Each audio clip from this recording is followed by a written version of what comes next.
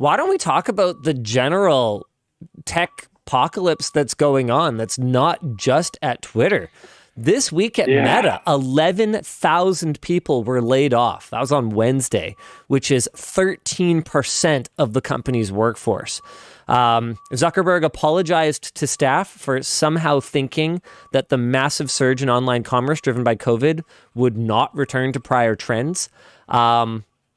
But insiders told Wired that the layoffs were also compensating for many failed projects from the last 5 to 10 years.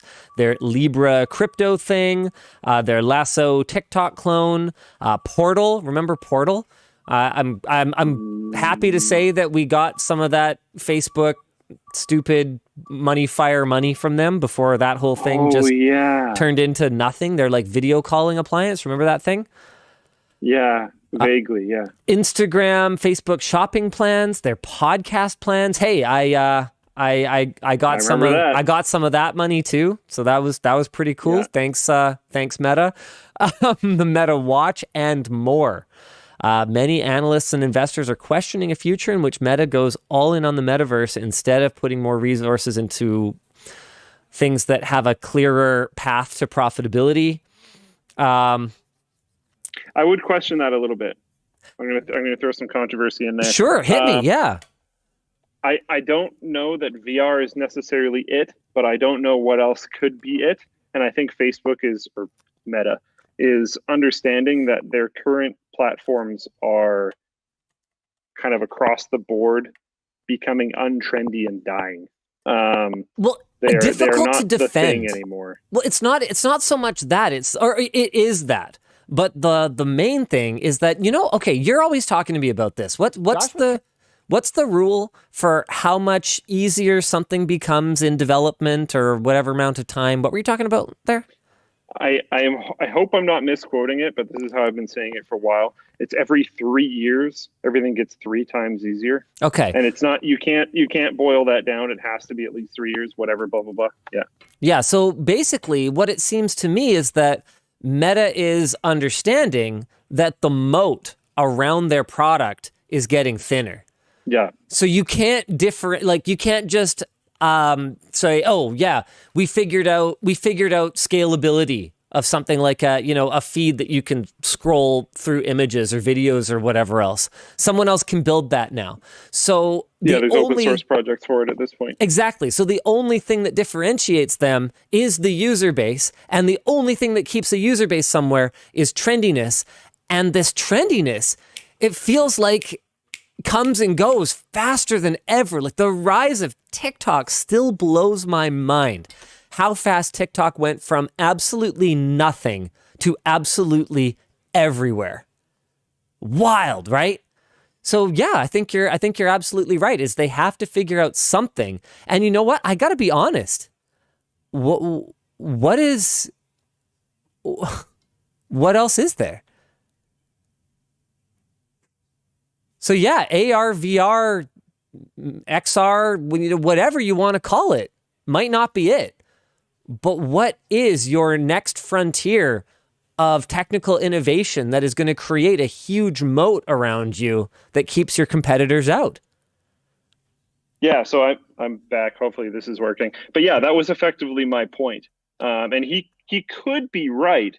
He might just be currently far from the goal. I don't know that he's right. But they need something, right? And they're seeing Apple just consistently have wins because they're owning the hardware space. They're finding ways to make sure that they keep on getting more market share, and because they own the device, they can do things like that. We're going to make it so that when people install and open Facebook, it asks them if they want the advertising tracking or whatever, and that just completely screws Facebook over. Apple is able to control that because they own the platform. I think what the heck is that? Hopefully you guys heard that because that was weird. I think the Zuck saw that happen and was like, I need that. I need to be able to own the platform. I need something that I can own the platform on. We tried the watch. We tried the portal. We tried all this other stuff. We Remember the Facebook phone? None of that stuff is working. Yeah. Vaguely, yeah. But none of that worked. So they need to be first, basically. Apple was first to smartphone effectively. I know there were some other ones, but it was the first of that kind.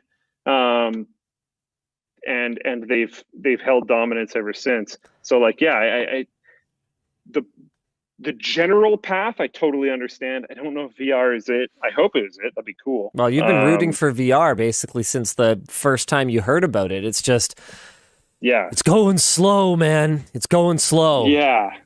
And we knew the whole time that it was going to go really slow. I feel like if anything, he put all his chips in too early. It's like that. What is that? The first, I almost said Need for Speed, not Need for Speed. The first Fast and the Furious, when he's like, too soon, kid, when he uses his nitrous or whatever. I feel like it's that situation. Like he probably sent it a little early. I think they should have kept doing like a decent amount of investment, but nothing as insane as they're doing right now. And then once it was a little bit more ready for them to actually hit it, that's when to go. But this is quite the YOLO. Yeah. All right. And I mean, you know what? The really big trend overall right now is tech companies cutting their staff. I mean, Luke and I just have this like, I don't know how to describe it other than layoff porn, but we, in our Discord, like half of what the two of us have been talking about is just like posting articles to each other of companies that have laid off 10, 20, 30. I mean, with Twitter, it was 50% of their staff. It's really rough out there right now. In other news, it's been wild. If you feel like you have a lot to contribute to a platform like Floatplane or to the LTT Lab, then maybe get in touch. We're hiring. Yay! Not enough positions to make up for what's going on right now, but we are hiring.